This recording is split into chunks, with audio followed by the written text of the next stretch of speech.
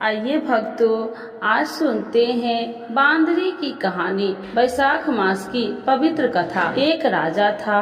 वह वैशाख माह में प्रतिदिन ब्रह्म मुहूर्त में उठकर गंगा जी में स्नान करता था। राजा का आदेश था कि मुझसे पहले गंगा जी में कोई भी स्नान नहीं करेगा। राजा जब गंगा जी में स्नान करने जाते तो उन्हें प्रतिदिन शांत जल में स्थान पर हिलता हुआ हलचल युक्त जल दिखाई देता था, जो राजा को संदेश होता था कि निश्चय ही मुझसे पहले कोई प्रतिदिन गंगा जी में स्नान करता है। अतः राजा ने नदी के तट पर पहरेदार बिठा दिए। गंगा जी के तट पर एक वृक्ष था, उस पर एक बंदरिया रहती थी। वह प्रतिदिन राजा के स्नान करने से पूर्व स्नान करके वृक्ष पर चढ़कर बैठ जाती थी। इस प्रकार होते होते पूरा वैशाख माह व्यतीत हो गया, किंतु अंतिम दिन राजा के सिपाही ने देख लिया और उस बंदरिया को पकड़कर राजा के पास ले गए और कहा कि यह बंदरिया आपसे पूर्व प्रतिदिन गंगा जी में स्नान करती है। उधर राजा की प्रतिज्ञा थी कि यदि कोई भी स्त्री मुझसे पूर्व स्नान करती होगी तो मैं उससे विवाह कर लूंगा। इसीलिए राजा को बांदरी के साथ विवाह करना ही पड़ा। वैशाख स्नान के पुण्य से बंदरी के गर्भ ठहर गया। 9 मास पूर्व होने पर बंदरी ने राजा से पूछा कि शिशु जन्म के समय मुझे क्या करना चाहिए। तब राजा ने महल में एक घंटी लगवा दी और बंदरी से कहा कि जब तुम्हें दर्द हो तो उसे बजा देना, मैं संपूर्ण प्रबंध कर दूंगा।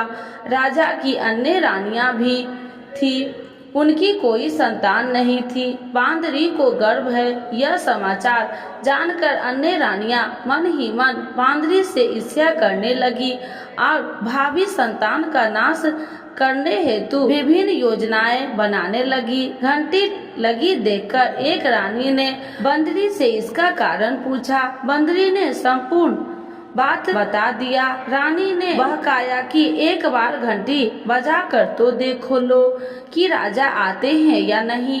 बांदरी ने घंटी बजाई तो राजा दौड़ते दौड़ते महल में आ गए और घंटी बजाने का कारण पूछा। इस पर बंदरी ने उत्तर दिया कि मैंने तो रानिया के कहने पर घंटी बजाई थी। तब रानिया ने राजा से कहा कि यह तो पशु और न जाने कितनी बार घंटी बजाएगी। इस प्रकार कहकर उन्होंने घंटी को हटवा दिया।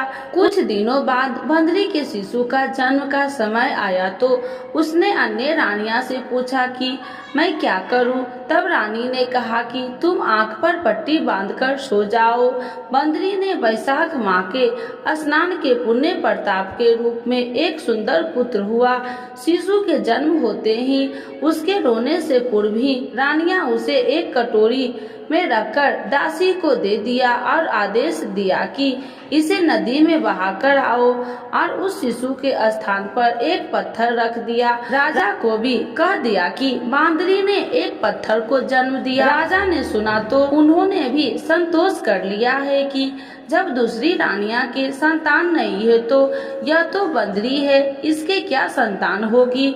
उधर दासी ने उस सुंदर शिशु को नदी में न बहाकर कुम्हार के खंड दंड में रख दिया। दूसरे दिन कुम्हारिन खंड दंड में आए तो वहां एक सुंदर शिशु को रोते हुए देखा।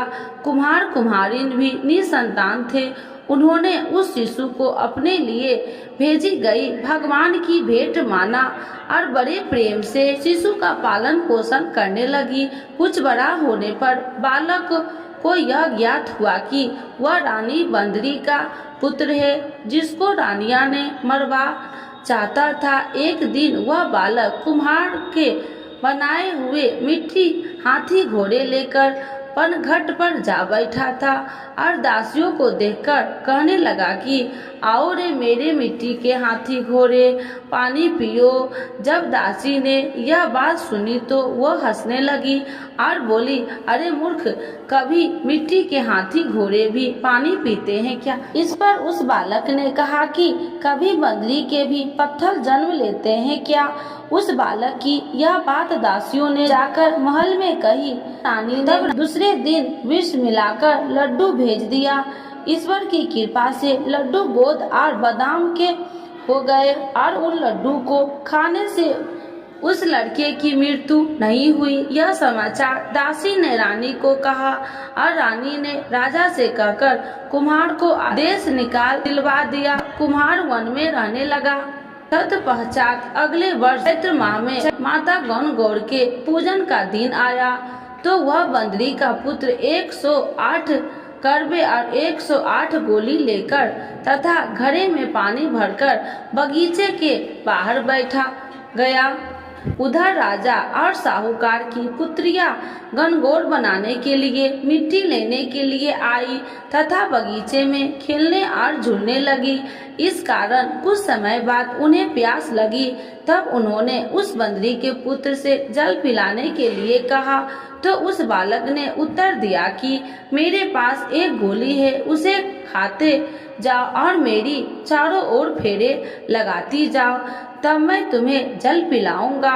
इस पर पहले जो कन्याओं ने मना किया किंतु प्यास तीव्र होने के कारण मान गई। इस प्रकार गोली खाने और उस युवक के साथ फेरे लेने से वह गर्भवती हो गई। बाद में जब उनके माता पिता को यह ज्ञात हुआ तो वह सभी कुम्हार के पास आए और संपूर्ण बात सुनाया तथा कहा कि तेरे पुत्र ने हमारी कन्याओं से विवाह किया है, अब तुम्हें इन्हें अपने पास रखना होगा। तब कुम्हार ने निर्धन होने के कारण असमर्था व्यक्त की। 2 कन्याओं के माता पिता ने बहुत सारा धन देकर अपनी कन्याओं के कुम्हार के घर विदा किया और कुम्हार के घर 108 बहुएं आ गई और कलातर में उनके 108 ही पोते हो गए। कुम्हार ने समस्त नगरी को भोजन हेतु निमंत्रण दिया और राजा को भी बुलवा दिया। राजा के यहाँ से रानी बंदरी के अतिरिक्त सब भोजन हेतु पधारे। तब राजकुमार राजा की आज्ञा लेकर बंदरी को लेने रथ पालकी लेकर गया और लाकर सभा में सबसे ऊंचे स्वर्ण आसन पर बिठाया। राजकुमार ने अपनी सभी पत्नियों को समझा दिया कि बंदरी मुझे जन्म देने वाली माता है। एक एक बहू रानी बंदरी के चरण स्पर्श करती गई और एक एक सोने का सिक्का और पोते को गोद में देती गई। जब राजा और अन्य रानी को यह सब देखा तो कुम्हार के पुत्र से इसका कारण पूछा। रानियों को तो संदेश होने लगा कि यह अवश्य बंदरी का पुत्र है। इसीलिए रानी और रूठ कर राजा को कहने लगी कि कुम्हार के पुत्र ने हमारा अपमान किया है और बंदरी का सम्मान किया है, अतः हम लौट कर जा रहे हैं। इधर राजा को पुत्र के जन्म का संपूर्ण रहस्य ज्ञात हो गया था, इसीलिए उन्होंने रानियों को देश निकाल दिया और अपनी सभी पुत्र बंधु एवं पौत्र को लेकर महल में आया और राजकुमार का राज तिलक हुआ। कुम्हार कुम्हारिन को राजकुमार में महल में रहने के लिए निवेदन किया किंतु वह नहीं माने। तब राजा ने उन्हें ढेर सारा धन दिया। वैशाख स्नान का इतना महत्व है तो सबको वैशाख स्नान करना चाहिए। बंदरी ने वैशाख स्नान किया तो उसे राजा का राज्य, पुत्र, बहुएं आदि प्राप्त हुई। हे ईश्वर, जैसे बंदरी को पुण्य मिला है इस प्रकार हमें भी पुण्य देना। कहानी सुनने वाले एवं हुंकार भरने वाले को सभी मनोरथ पूर्ण करना। तो एक बार बोलिए प्रेम से गंगा माता की जय, विष्णु भगवान की जय।